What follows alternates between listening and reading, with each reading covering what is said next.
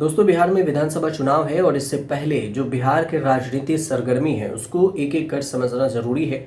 और आए दिन जब भी कोई अपडेट आता है तो हम आपको बताते हैं जो विस्तार से समझाया जा सके और एक बारीकी से समझ सके। तो अब जो तीनों गठबंधन, एक तरफ से महागठबंधन है तो इंडिया गठबंधन, दूसरी तरफ से एनडीए गठबंधन, तीसरे मोर्चा पर प्रशांत किशोर, इन तीनों की जो गठबंधन है उसमें कुछ ना कुछ हो ही रहा है। उसमें भी ऐसा जिसका असर चुनाव पर पड़ेगा।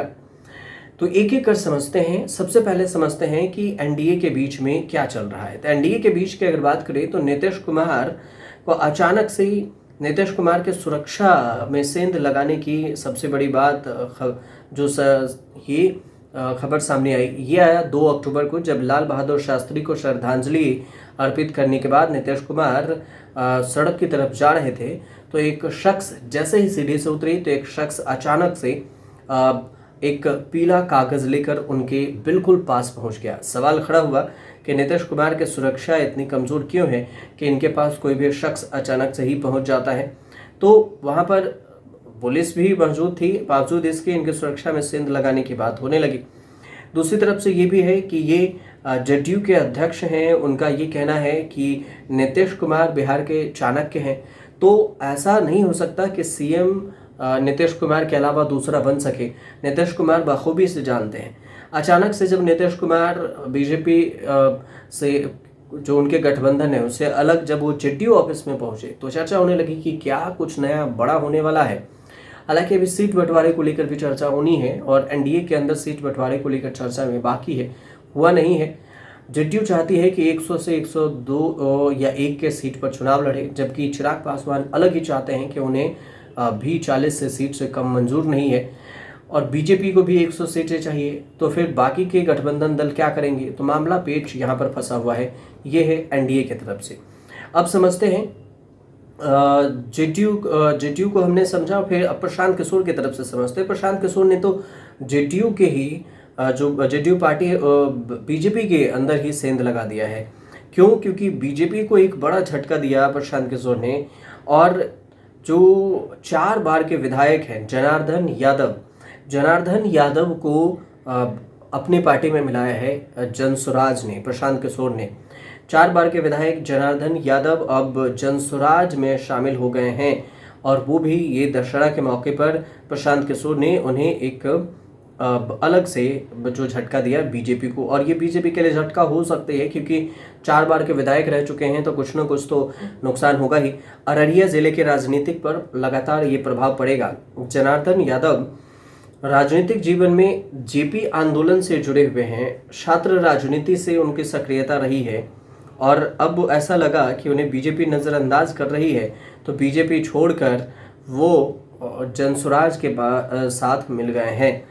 अब इसके अलावे जो देखें तो लगातार प्रशांत किशोर बिहार में ऐसा लग रहा है जैसे कि खुद को शाहरुख खान मान रहे हैं, तेजस्वी यादव को अभिषेक बच्चन समझ रहे हैं, जैसे अपने आप को स्टार बन के वो चलते जा रहे हैं और दूसरे पर हमला कर रहे हैं, कई आरोप लगा रहे हैं। आपको याद होगा कि अशोक चौधरी पर भी उन्होंने आरोप लगाया 200 करोड़ का, सम्राट चौधरी पर मर्डर केस का आरोप लगाया।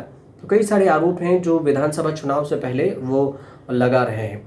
परिणाम क्या होगा ये विधानसभा चुनाव के बाद पता चलेगा, लेकिन ये तीसरे मोर्चे पर प्रशांत किशोर मोर्चा खोल रखे हैं, जैसे किंग मेकर की भूमिका में देखा जा रहा है।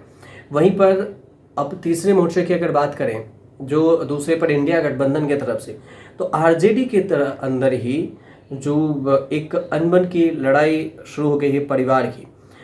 तेजस्वी यादव के खिलाफ जो उनके बड़े भाई तेज प्रताप हैं, जिन्हें पार्टी से सस्पेंड किया गया, निकाला गया, बैन किया गया, उन्होंने अब खुलकर बयान दिया है तेजस्वी यादव के खिलाफ।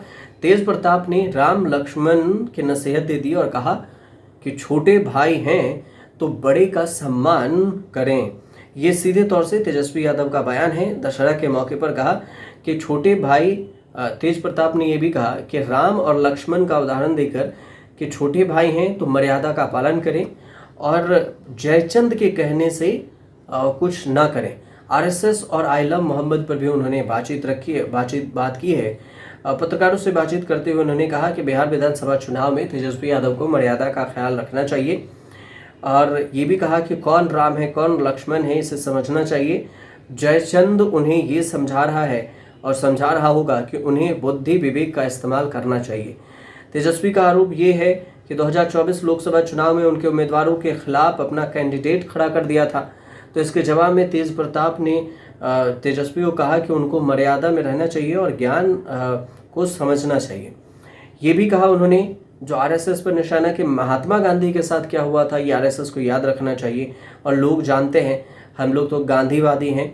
अब उनका ये सवाल था कि दशहरा के बाद हम बता देंगे कि कितनी सीटों पर उम्मीदवार हम उतारने वाले हैं। आइला मोहम्मद विवाद पर कहा कि हम लोग सभी धर्मों का सम्मान करते हैं, इससे ज़्यादा हम कुछ कहना इस पर नहीं चाहते हैं। तो ये एक तरह से जो लालू परिवार के अंदर जो विवाद है उसको लेकर तेज प्रताप खुले तौर से मैदान में उतरे हैं। तेज प्रताप अपनी ही पार्टी गठन करके एक संगठन के तौर पर चुनावी मैदान में है। तो तीसरा मोर्चा पे ये भी काम चल रहा है।